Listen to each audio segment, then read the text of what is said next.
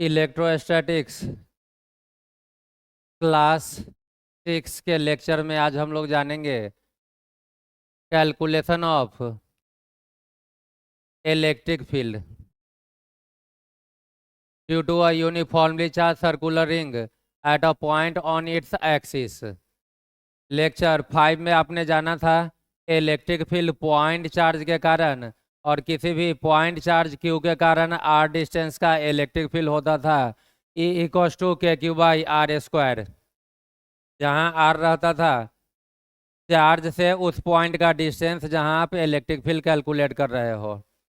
आज हम लोग इलेक्ट्रिक फील्ड ई का कैलकुलेशन देखेंगे एक यूनिफॉर्मली चार्ज सर्कुलर रिंग के कारण, और जहाँ इलेक्ट्रिक फील्ड निकालेंगे वह पॉइंट होगा रिंग का एक्सियल पॉइंट, रिंग के एक्सिस का पॉइंट। चार्ज ऑन रिंग, पूरे रिंग का चार्ज कैपिटल क्यू, रिंग का रेडियस आर गिवन रहेगा कैपिटल आर, और एक्सियल डिस्टेंस भी आपको दिया रहेगा एक्स, जैसा फिगर में दिख रहा है। आपके पास एक रिंग है, रिंग इस तरीके से दिखाने का मतलब है, रिंग इस तरीके से दिखाने का मतलब है कि इसका एक्सिस जो है वह कुछ राइट साइड में होगा।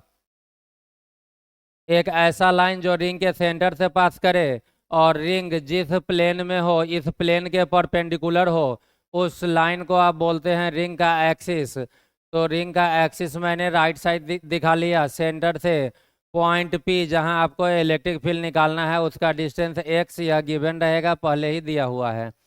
रिंग का रेडियस आर है, रिंग पे total Q charge uniformly distributed है, और पूरे रिंग के कारण आपको पी पॉइंट पे इलेक्ट्रिक फील्ड निकालना है।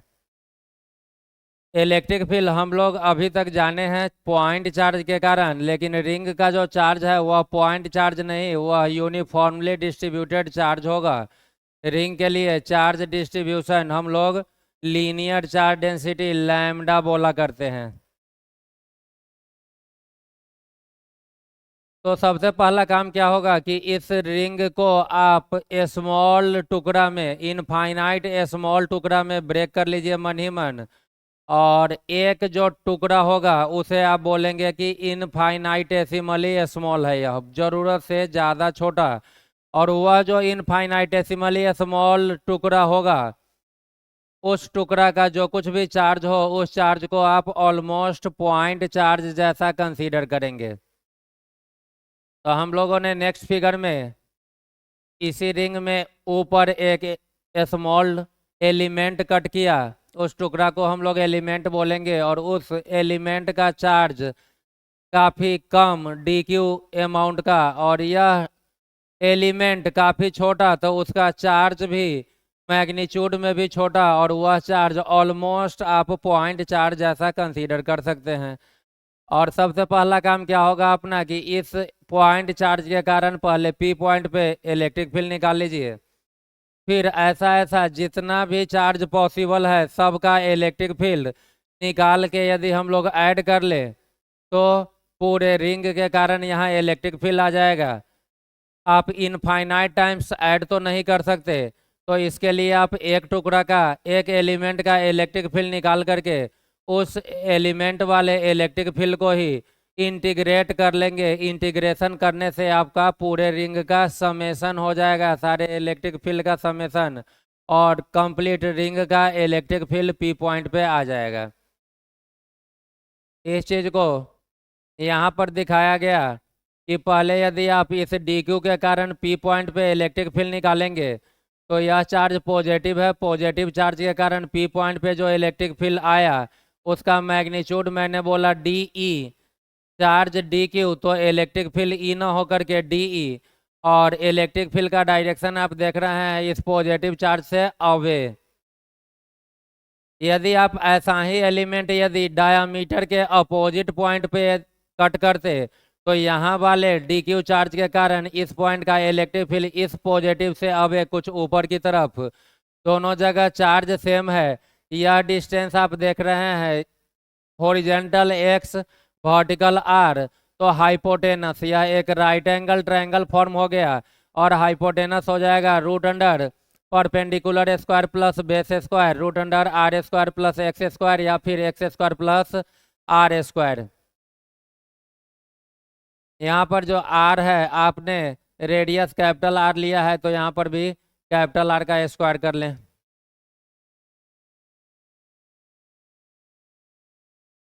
अब यदि इस डी क्यू के कारण डीई का मैग्नीट्यूड देखें तो इलेक्ट्रिक फील्ड का मैग्नीट्यूड पॉइंट चार्ज के कारण आप बोलते हैं के क्यू बाई आर स्क्वायर, के बदले के, क्यू के बदले यह एलिमेंट वाला charge D Q by R square. R means charge से पॉइंट का डिस्टेंस और यह डिस्टेंस आपने निकाला root under X square plus are square. Electric field के फॉर्मूला में है के क्यू बाई आर का स्क्वायर। जब आप पूरे का स्क्वायर करेंगे तो स्क्वायर और रूट कैंसिल, केवल हो जाएगा X square plus are square. अब यदि यहाँ पर डीई, ऊपर का डीई और नीचे का डीई, चूंकि ऊपर और नीचे आपने सेम एलिमेंट कट किया, दोनों जगह डिस्टेंस भी सेम है तो इलेक्ट्रिक फील्ड दोनों का मैग्नीट्यूड सेम होगा। यहाँ पर नेट इलेक्ट्रिक फील्ड निकालने के लिए आप एक डीई और दूसरा डीई दोनों वेक्टर का वेक्टर सम कर लीजिए root under A square plus B square plus 2ab cos theta का यूज करके, जहाँ पर थीटा रहेगा इस दोनों वेक्टर के बीच का एंगल। या फिर आप इस वेक्टर के टेल मीन्स पी पॉइंट पे और इसके भी टेल मीन्स पी पॉइंट पे एक्सिस ड्रॉ कर लीजिए, वाई एक्सिस और एक्स एक्सिस, और दोनों का कंपोनेंट लेकर के भी ऐड कर सकते हैं। तो मैं यहाँ पर कंपोनेंट का ही यूज कर रहा हूँ और वह आपको नीचे के फिगर में दिखेगा। कंप्लीट रिंग रहा यहाँ पर यह डी और यह डी, इस डी के टेल पी पे और इसके भी टेल पी पे, यह वाई एक्सिस और यह एक्स एक्सिस। मैं एज्यूम कर ले रहा हूँ कि यह डी इस हॉरिजॉन्टल से थीटा एंगल बनाया तो यह डी भी सिमेट्रिसिटी के कारण हॉरिजॉन्टल से थीटा ही बनाएगा, क्योंकि यह लाइन दोनों के लिए ऊपर और नीचे के लिए कॉमन है। तो ऊपर का डी हॉरिजॉन्टल से थीटा तो नीचे का भी डी हॉरिजॉन्टल से थीटा ही बनाएगा। और यह एंगल ऊपर थीटा नीचे थीटा, तो यहाँ का यह जो राइट एंगल ट्रायंगल आपको दिख रहा था, यह कंप्लीट राइट एंगल ट्रायंगल, उसका यह अंदर का भी एंगल आपका थीटा हो जाएगा। डीई, इस डीई का horizontal component DE cos theta, इस डीई का भी हॉरिजॉन्टल डीई cos थीटा, दोनों डीई cos थीटा आपका राइट की तरफ होगा मीन्स पॉजिटिव एक्स की तरफ। इस डीई का vertical DE sine theta upward और इस डीई का vertical DE sine theta downward. Upward DE sine theta से downward DE sine theta cancel हो जाएगा, मीन्स यह जो इलेक्ट्रिक फील्ड डीई है इसका वर्टिकल कंपोनेंट, इस दोनों डीई का वर्टिकल कंपोनेंट एक दूसरे को कैंसिल कर देगा और अपने को केवल हॉरिजॉन्टल कंपोनेंट मिलेगा। वह चीज आपको नीचे दिख रहा है, the vertical component of electric field will cancel out each other and we will get only horizontal component. और एक का हॉरिजॉन्टल कितना आया है, DE cos theta, that is DE cos theta. अब जब आप आगे बढ़ेंगे तो आगे बढ़ने का दो तरीका, फर्स्ट कि आपने वर्टिकल से वर्टिकल को कैंसिल करवा लिया।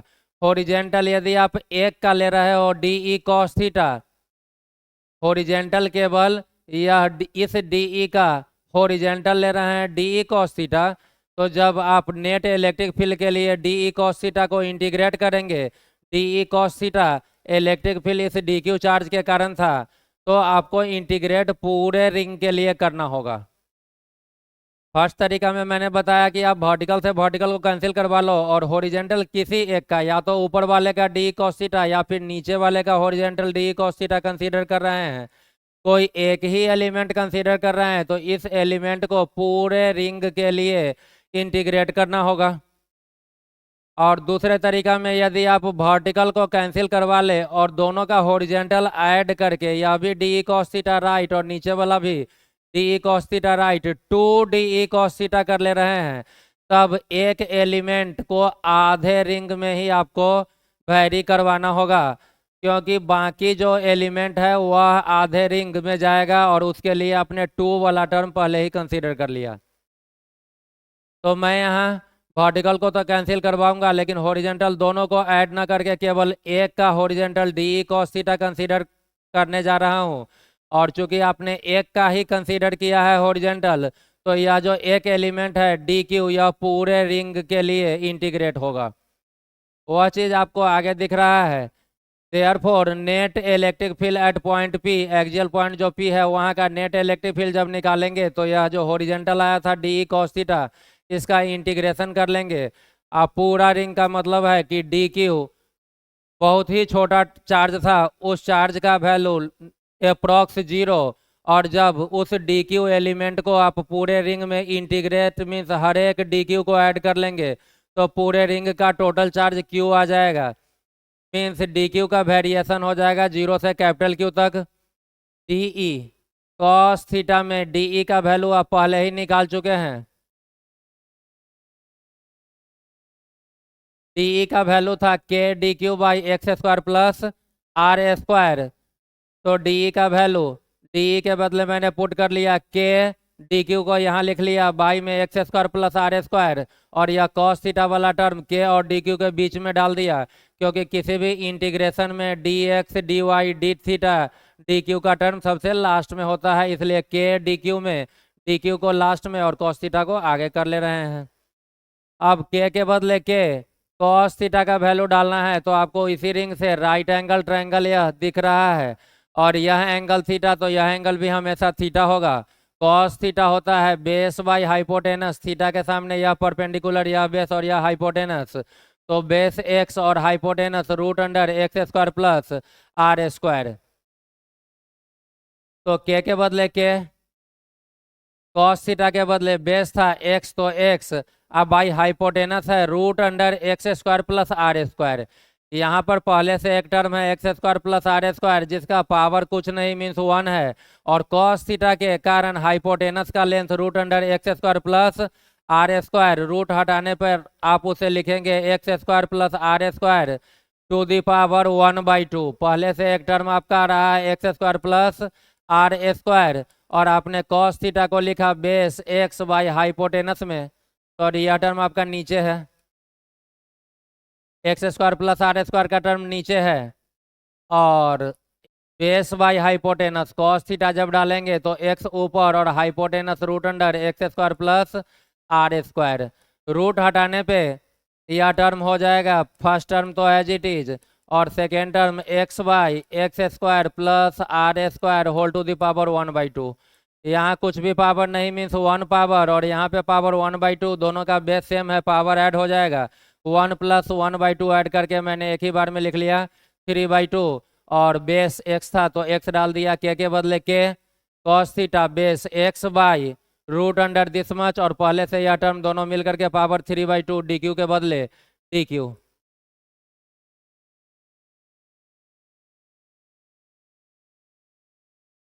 अब जब आप इसे इंटीग्रेट करेंगे तो d के साथ q लगा हुआ है, मीन्स चार्ज वेरी करेगा, यहाँ पर कहीं भी चार्ज का टर्म नहीं है, तो सारा टर्म कांस्टेंट इंटीग्रेशन के बाहर, तो kx by this much, kx by this much बाहर आ गया, इंटीग्रेशन के अंदर केवल dq रहेगा। जब भी इंटीग्रेशन का साइन और d आमने सामने आ जाए तो एक दूसरे को कैंसिल कर देता है, बचेगा आपका केवल स्मॉल q।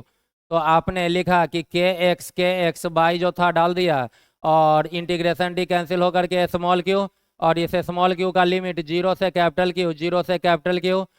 स्मॉल क्यू के बदले पहले आप अपर लिमिट डालते हैं, फिर माइनस साइन दे करके लोअर लिमिट, तो स्मॉल क्यू के बदले capital Q minus small Q के बदले 0, कैपिटल क्यू माइनस 0 को आप कैपिटल क्यू बोलेंगे तो पूरे में कैपिटल क्यू से मल्टीप्लाई हो जाएगा। उस कैपिटल क्यू को मैंने बीच में डाल दिया, तो आपको दिख रहा है कि ई नेट आपका आ गया K Q X by X square plus are square to the power 3/2। यहाँ से आपको पता चला कि आज के बाद कभी भी यूनिफॉर्मली चार्ज सर्कुलर रिंग हो, रिंग का रेडियस आर दे दे, टोटल चार्ज क्यू दे दे रिंग पे, तो उस रिंग के सेंटर से एक्स डिस्टेंस आगे एक्सिस की तरफ इलेक्ट्रिक फील्ड हमेशा मिलेगा K Q X by X square plus are square to the power 3/2, जहाँ के आपका रहेगा कूलम्स लॉ वाला के 1/4 पाई एप्सिलॉन नॉट, क्यू रहेगा रिंग का टोटल चार्ज, एक्स रहेगा सेंटर से एक्सियल पॉइंट का डिस्टेंस, एक्स और आर, आर आपने इनिशियली कैपिटल आर यूज किया है तो यहाँ पर भी कैपिटल आर ही रहने दीजिए, और यह पावर में आप 3/2। इस फॉर्मूला को आप एक्सियल पॉइंट का याद रख सकते हैं, बोर्ड एग्जाम में कई बार यह डेरिवेशन पूछ देता है। नहीं, तो जिनको बोर्ड से मतलब नहीं है तो वह फाइनल रिजल्ट याद रख सकते हैं। किसी भी यूनिफॉर्मली चार्ज सर्कुलर रिंग के एक्सियल पॉइंट का electric field K Q X by X square plus are square to the power 3/2, हर एक टर्म का मीनिंग आपको समझा दिया। अब यदि आप इस P पॉइंट को लेफ्ट की तरफ शिफ्ट करेंगे तो यह x डिस्टेंस धीरे धीरे डिक्रीज होगा, और यदि P पॉइंट को उठा करके आप रिंग के सेंटर पे डाल दे तो x डिक्रीज होते होते सेंटर पे 0 हो जाएगा। मीन्स आप बोल सकते हैं कि इस रिंग के सेंटर पर x का वैल्यू 0 हो जाएगा। और इसी एक्सियल वाले फॉर्मूला में आपने लिखा कि at the centre of the ring x equals to 0, और जैसे ही आप x 0 पुट करोगे तो ऊपर का टर्म 0 हो जाएगा। यहाँ केवल यह 0 होगा, यह टर्म 0 होगा नहीं। स्क्वायर और यह 2 कैंसिल, तो आर क्यूब ऊपर 0 नीचे R cube 0 by something finite number 0, तो ई सेंटर इक्वल्स टू 0। यहाँ से रिजल्ट यह पता चला कि किसी भी यूनिफॉर्मली चार्ज सर्कुलर रिंग के सेंटर पे इलेक्ट्रिक फील्ड हमेशा 0 हुआ करेगा। और यह चीज़ आपका थोड़ा लॉजिकल भी लग रहा है। यदि आप एक यूनिफॉर्मली चार्ज रिंग ले रहे हैं, इसके हर एक पॉइंट पे इक्वल चार्ज आप डाल दे रहे हो, और इलेक्ट्रिक फील्ड अब एक्सियल ना निकाल करके केवल सेंटर निकालिए, तो यहाँ यदि आप कोई एक स्मॉल एलिमेंट ले रहे हैं तो इस एलिमेंट के कारण इस पॉइंट का इलेक्ट्रिक फील्ड इस पॉजिटिव से दूर, और ठीक डायमीटर के अपोजिट यदि आप कोई सेम एलिमेंट लेंगे तो इस एलिमेंट के कारण यहाँ का इलेक्ट्रिक फील्ड इस वाले पॉजिटिव से अवे ऊपर की तरफ। इसके इलेक्ट्रिक फील्ड और इसके इलेक्ट्रिक फील्ड दोनों का मैग्नीट्यूड सेम, डायरेक्शन अपोजिट, तो इस वाले एलिमेंट के इलेक्ट्रिक फील्ड से यह कैंसिल। इसी तरीके से कोई यहाँ पर एलिमेंट ले तो इसके एलिमेंट से यहाँ वाला का एलिमेंट का इलेक्ट्रिक फील्ड कैंसिल। कोई इस दोनों के बीच में कोई एलिमेंट यहाँ ले रहा है तो यह डायमीटर अपोजिट वाले से कैंसिल। एक एलिमेंट आप यहाँ लेंगे तो यहाँ के डायमीटर के अपोजिट वाले से कैंसिल होगा। तो हर एक एलिमेंट अपने डायमीटर अपोजिट पॉइंट वाले एलिमेंट के इलेक्ट्रिक फील्ड से कैंसिल होकर के सेंटर पर नेट इलेक्ट्रिक फील्ड हमेशा आपको 0 मिला करेगा। तो यहाँ से फाइनली अपने को 2 रिजल्ट याद रखना हुआ कि कभी भी यूनिफॉर्मली चार्ज सर्कुलर रिंग के एक्सियल पॉइंट पे इलेक्ट्रिक फील्ड बोला जाए तो एक्सियल का तो इलेक्ट्रिक फील्ड हमेशा K Q X by X square plus are square to the power 3/2, लेकिन यूनिफॉर्मली चार्ज सर्कुलर रिंग के सेंटर का इलेक्ट्रिक फील्ड 0 हुआ करेगा। आगे हम लोग मैग्नेटिज्म में जानेंगे कि सर्कुलर रिंग पे चार्ज ना दे करके रिंग में करंट दे दे तो करंट कैरिंग सर्कुलर रिंग के सेंटर पे हम लोग फिर मैग्नेटिक फील्ड निकालते हैं, और वह वैल्यू नॉन जीरो आता है। उसका वैल्यू आता है μ0I/2R। यहाँ पर आप इलेक्ट्रिक फील्ड के डिस्कशन में है तो यह दोनों रिजल्ट आप याद रखेंगे। एक्सियल का इलेक्ट्रिक फील्ड यहाँ बॉक्स में डाला हुआ है, और सेंटर का फाइनल रिजल्ट जो बॉक्स में डाला हुआ है यह आपको याद रखना होगा। नेक्स्ट हम लोग जानेंगे इलेक्ट्रिक फील्ड का मैक्सिमम वैल्यू, कि किस पॉइंट पे इलेक्ट्रिक फील्ड मैक्सिमम हुआ करेगा। तो नेक्स्ट है आपका calculation of maximum electric field. Electric field axial point पे आपने देखा E equals to K Q X divided by X square plus are square whole to the power 3/2। अब यदि ऊपर में कैलकुलेशन में x का टर्म नहीं आता, तब किसी को इलेक्ट्रिक फील्ड को मैक्सिमम करना होता तो यह डिवाइड वाला टर्म को मिनिमम कर लेता, और डिवाइड वाला टर्म मिनिमम होता x 0 पे, क्योंकि x स्क्वायर है, कोई भी स्क्वायर टर्म मिनिमम वैल्यू 0 देता है। तब तो यदि ऊपर x नहीं होता तब आप x 0 पुट करके इलेक्ट्रिक फील्ड को मैक्सिमम कर लेते, लेकिन यहाँ पर x ऊपर भी है और x नीचे भी है। ऊपर से पता चल रहा है कि इलेक्ट्रिक फील्ड x के साथ प्रोपोर्शनल, और नीचे से पता चल रहा है कि इलेक्ट्रिक फील्ड समथिंग x या x के सम पावर के साथ इन्वर्सली प्रोपोर्शनल। तो जब भी ऐसा केस हो जाए तो डायरेक्ट आप x का वैल्यू 0 पुट करके मैक्सिमा या मिनिमा नहीं निकाल सकते। इसके लिए आपको मैक्सिमा या मिनिमा के कॉन्सेप्ट पे जाना होगा। तो हम लोग मैक्सिमा या मिनिमा के कॉन्सेप्ट से जानते हैं कि for E max, electric field को मैक्सिमम होने के लिए इस ई वर्सेस एक्स ग्राफ के स्लोप को 0 होना होगा। मैक्सिमा के लिए भी स्लोप 0 और मिनिमा के लिए भी स्लोप 0 होता है। तो ई वर्सेस एक्स ग्राफ का स्लोप लिखा जाएगा D by D x and this should be 0। E max के लिए, मैक्सिमम इलेक्ट्रिक फील्ड के लिए डी बाई डी एक्स को 0 होना होगा। यहाँ से जब आप करेंगे operator D by D X और ई का यह टोटल वैल्यू पुट करेंगे K Q X divided by X square plus are square whole to the power 3/2, तो यह 0 के इक्वल। कांस्टेंट को आप डिफरेंशिएशन से बाहर ले लीजिए, एक्स के रिस्पेक्ट में डिफरेंशिएट कर रहे हैं तो एक्स वेरिएबल होगा, बाकी सारा कांस्टेंट। तो यह के और क्यू कांस्टेंट बाहर, ऊपर एक्स है नीचे। इस टर्म में से आप एक्स को सेपरेट नहीं कर सकते क्योंकि सबका होल पावर है, तो सेपरेट के और क्यू जो कांस्टेंट है वह किया जा सकता है। आप के क्यू को बाहर ले लेंगे, आपका इंटीग्रेशन का डिफरेंशिएशन का फॉर्म आएगा डी बाई डी एक्स और ऊपर में एक्स और नीचे में x square plus are square whole to the power 3/2 equal 0 है तो 0 के इक्वल कर लेंगे। यह के क्यू 0 के डिवाइड में जाकर के 0 हो जाएगा। तो नेक्स्ट टर्म आप लिखेंगे के क्यू 0 हो गया तो डी बाई डी एक्स, ऊपर में एक्स है और नीचे में है x square plus are square to the power 3/2 equal to 0। एक बार वापस से पीछे जा करके आप देख लीजिए, जैसे ही के क्यू 0 के डिवाइड में गया तो D by D X X by X square plus are square to the power 3/2, X by X square plus are square to the power 3/2 और मैक्सिमा और मिनिमा के लिए यह पूरा वैल्यू 0।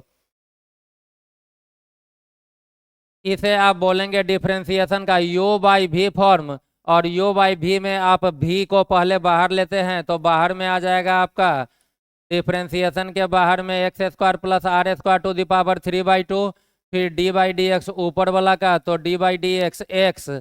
इसके बाद आप u बाई वी फॉर्म में माइनस लेते हैं, फिर उल्टा काम करते हैं, जो डिफरेंशिएशन के बाहर था उसको अंदर, अंदर वाले को बाहर।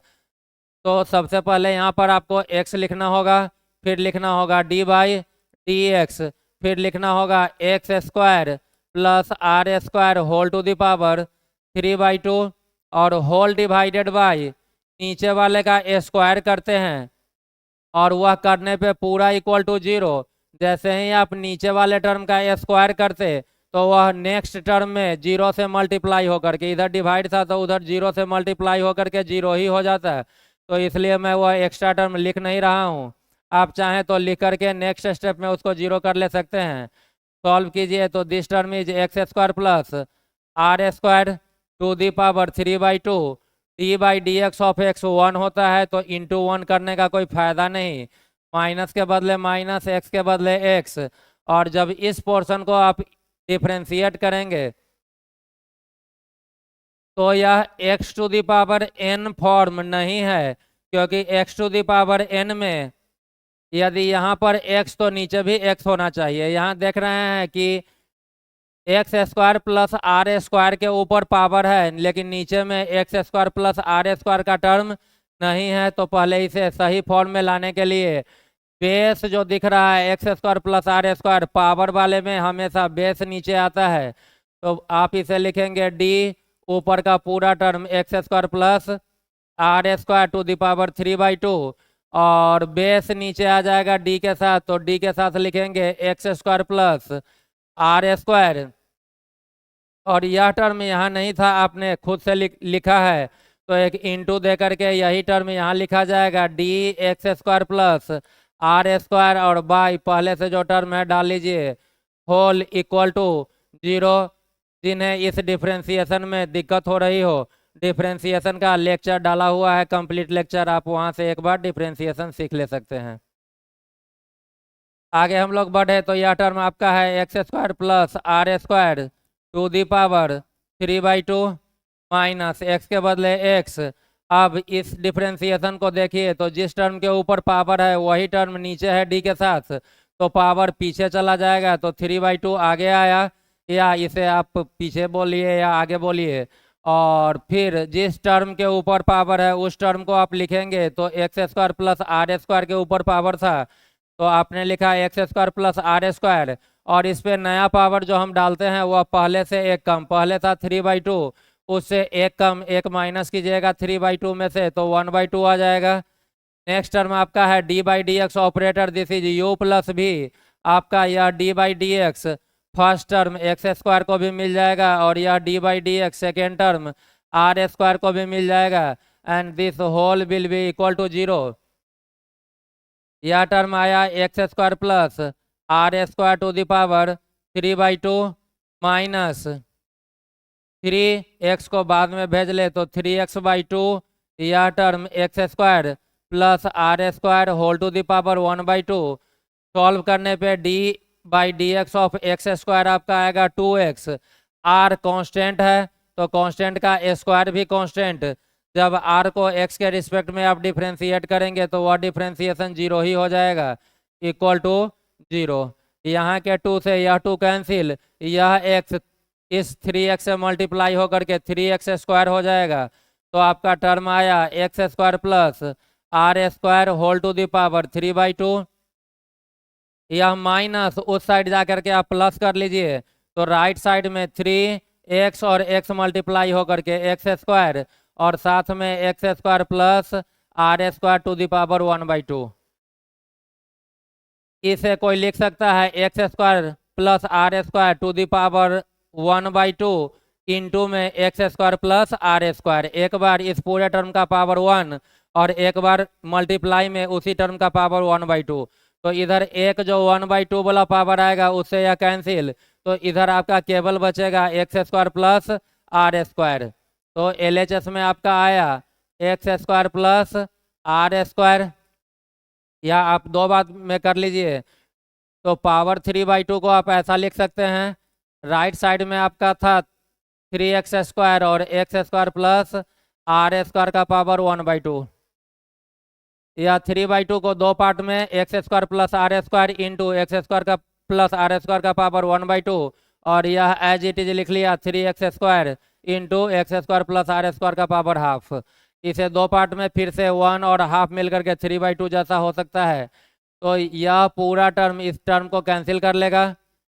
इक्वेशन आया आपका x square plus are square equal to 3x square. इस एक्स स्क्वायर को राइट साइड में जाके माइनस कर लीजिए तो r square equal to 2x square हो जाएगा।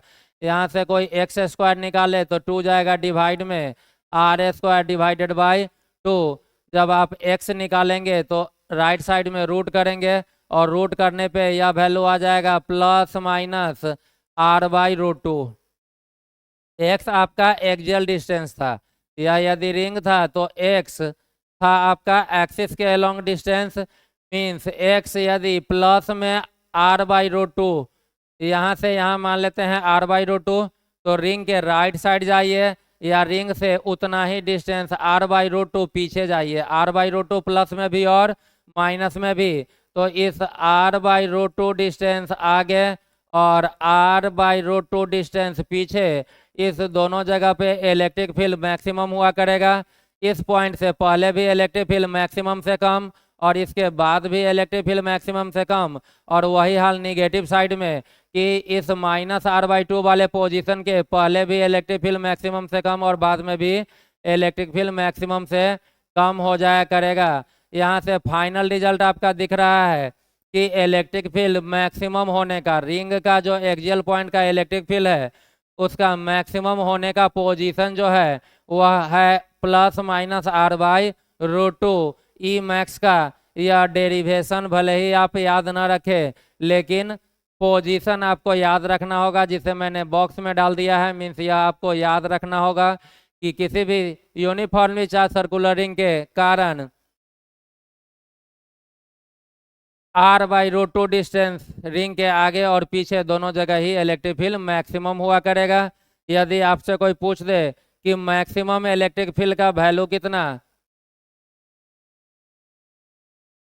तो इलेक्ट्रिक फील्ड नॉर्मल वाला आपने निकाला था KQ x/x² प्लस r² का पावर 3/2। यहीं पर यदि ऊपर भी x का वैल्यू r/2 और नीचे भी x का वैल्यू r/2 पुट कर लीजिए, फिर जो आपका इलेक्ट्रिक फील्ड कैलकुलेट करके आएगा वह मैक्सिमम इलेक्ट्रिक फील्ड का वैल्यू होगा। जनरली आपसे इलेक्ट्रिक फील्ड का मैक्सिमम वैल्यू पूछता नहीं है, आपसे पोजीशन पूछता है। तो पोजीशन आपने याद रखा ±r/√2। कभी यदि पूछ दे तो इलेक्ट्रिक फील्ड एक्सियल का आपने याद रखा ही है, उसमें x का वैल्यू डाल लीजिए r/√2। लास्ट है आपका graph of electric field versus distance for uniformly charge circular ring. Uniformly charge circular ring के लिए आपने इलेक्ट्रिक फील्ड निकाल लिया एक्सियल पॉइंट पे kq(x/x²+r²⁴/2 और सेंटर पर आपने इलेक्ट्रिक फील्ड निकाल लिया E सेंटर = 0 जब आप x 0 पुट कर लेते हैं उसी फॉर्मूला में तो। और आपने मैक्सिमम और मिनिमम इलेक्ट्रिक फील्ड का भी पोजीशन देख लिया, वहां से अपने को पता चल रहा है इलेक्ट्रिक फील्ड आपका एक्सियल वाला आया था kq(x/x²+r²⁴/2। जब भी आप E versus x graph electric field versus distance graph draw करेंगे तो x 0 पुट करने पे E भी 0 आ रहा है, मीन्स ग्राफ ओरिजिन से पास करेगा। यहाँ पर x है लेकिन नीचे x का स्क्वायर है। यदि x स्क्वायर नहीं होता नीचे का टर्म, केवल E का वेरिएशन x के साथ, तो आप बोलते हैं कि E x के डायरेक्टली प्रोपोर्शनल और फिर डायरेक्टली का ग्राफ स्ट्रेट लाइन हो जाता। लेकिन यहाँ ऊपर से डायरेक्टली और नीचे से इन्वर्सली कुछ स्क्वायर और उसमें भी r² ऐड करके पावर 3/2 है, मीन्स लीनियर ग्राफ नहीं होगा, ग्राफ हमेशा कर्व होगा। x 0 डालने पे electric field 0 means graph origin से पास करेगा। और आपने अभी पोजीशन निकाला था कि x प्लस में r/2 या फिर माइनस में r/2, इस दोनों जगह पे इलेक्ट्रिक फील्ड मैक्सिमम हुआ करेगा। और इस पॉइंट से पहले भी इलेक्ट्रिक फील्ड कम और बाद में भी इलेक्ट्रिक फील्ड कम, तो ग्राफ आपका समथिंग ऐसा, या मैक्सिमम और यहाँ भी मैक्सिमम। मैक्सिमम मीन्स r/√2 से पहले जो यह ग्राफ है इसका हाइट इस वाले हाइट से कम है और यहाँ पे 0, और यहाँ भी -r/2 से पहले जो ग्राफ का हाइट है वह मैक्सिमम हाइट से कम आपको दिख रहा है। फिर जैसे जैसे आप x बढ़ाते जाएंगे तो नीचे वाला जो टर्म है वह पहले तो x का स्क्वायर होगा, उसमें कुछ टर्म और ऐड करेंगे तो यह नीचे का टर्म x के रिस्पेक्ट में ज़्यादा हो जाएगा। और पावर 3/2 मीन्स 1.5 पावर 1 से ज़्यादा दे रहे हैं तो नीचे का वैल्यू ऊपर के रिस्पेक्ट में ज़्यादा तेज़ी से बढ़ेगा, तो यह पूरा वैल्यू आपका घटता चलेगा। तो मैक्सिमम के बाद ग्राफ फिर से घटना शुरू होगा, और जब x समथिंग इन्फिनिटी जैसा लार्ज डिस्टेंस हो जाए तो इलेक्ट्रिक फील्ड 0, तो x बढ़ते बढ़ते जब इन्फिनिटी तो इलेक्ट्रिक फील्ड 0, यह और यह दोनों पैरेलल हो गया, मीन्स दोनों एक दूसरे को इन्फिनिटी पे जाके टच करेगा। और जहां पर यह ग्राफ x को टच कर दिया वहां पर E का वैल्यू 0, तो दोनों थियोरेटिकली टच करेगा कभी नहीं, थियोरेटिकली इन्फिनिटी पे टच किया, मीन्स x इन्फिनिटी पुट करने पर इलेक्ट्रिक फील्ड आपका लगभग 0 जैसा हो जाएगा। मीन्स रिंग से काफ़ी लार्ज डिस्टेंस पे जाने पे इलेक्ट्रिक फील्ड 0 हो जाएगा। पॉइंट चार्ज के कारण भी यही था कि इलेक्ट्रिक फील्ड होता है E = kq/r², और r इन्फिनिटी पुट करने पे इलेक्ट्रिक फील्ड 0, रिंग का भी लगभग वही हाल होगा। तो यहाँ पर भी मैक्सिमम के बाद फिर डिक्रीज होकर के और x इन्फिनिटी पे इलेक्ट्रिक फील्ड 0, और निगेटिव साइड में भी वही हाल होगा कि x जब आप -इन्फिनिटी डालेंगे तो इलेक्ट्रिक फील्ड लगभग 0। ग्राफ आपका दिखाया हुआ है, ओरिजिन से पास किया, x = r/√2 पे मैक्सिमम, -r/√2 पे भी मैक्सिमम। इलेक्ट्रिक फील्ड वेक्टर है तो इसे आप मिनिमम नहीं बोलेंगे, वेक्टर क्वांटिटी का मिनिमम वैल्यू 0 हो सकता है। निगेटिव आने का मतलब है कि इलेक्ट्रिक फील्ड का डायरेक्शन इस वाले डायरेक्शन के अपोजिट है, तो यह भी मैक्सिमम इलेक्ट्रिक फील्ड और यह भी मैक्सिमम इलेक्ट्रिक फील्ड। और इस पॉइंट के पहले भी इलेक्ट्रिक फील्ड कम और बाद में भी इलेक्ट्रिक फील्ड कम, यहाँ भी पॉजिटिव साइड पहले भी कम और बाद में भी। जनरली ग्राफ की रिक्वायरमेंट नहीं होती है, लेकिन यदि आपको याद रहा तो आप इस ग्राफ को भी याद रख सकते हैं। और मैंने जो बोला था कि जब आप यहाँ पर x का वैल्यू r/√2 पुट कर लेंगे ऊपर और नीचे, तो मैक्सिमम इलेक्ट्रिक फील्ड आ जाएगा। वह यहाँ पर लिखा हुआ है कि ई मैक्स का वैल्यू आएगा k के बदले 1/4πε0, q के बदले q r² और ऊपर 2 और बाई में 3√3 वैल्यू आया करता है। जनरली यह वैल्यू आपसे मैक्सिमम पूछता नहीं है, मैक्सिमम का पोजीशन पूछेगा, and that position will be x = ±r/√2। तो इस पूरे डिस्कशन से हम लोग याद क्या रखेंगे, तो याद यह रखेंगे कि आज के बाद कभी भी यूनिफॉर्मली चार्ज सर्कुलर रिंग हो जाए, इस रिंग के एक्सियल पॉइंट का electric field E = kqx/x² + r² whole to the power 3/2। k, q, x और r सबका मीनिंग आप समझ रहे हो। नेक्स्ट आपको याद रखना होगा कि इसके सेंटर पे यूनिफॉर्मली चार्ज सर्कुलर रिंग के सेंटर का इलेक्ट्रिक फील्ड हमेशा 0 होगा, और यह वाला इलेक्ट्रिक फील्ड मैक्सिमम होने के लिए x का वैल्यू होगा ±r/√2। बाकी जो भी डिस्कशन पॉसिबल था मैंने डिटेल में सबको कर दिया। आप चाहें तो इसका नोट्स बना करके इसे याद रख सकते हैं। तो आज के लेक्चर में यहीं तक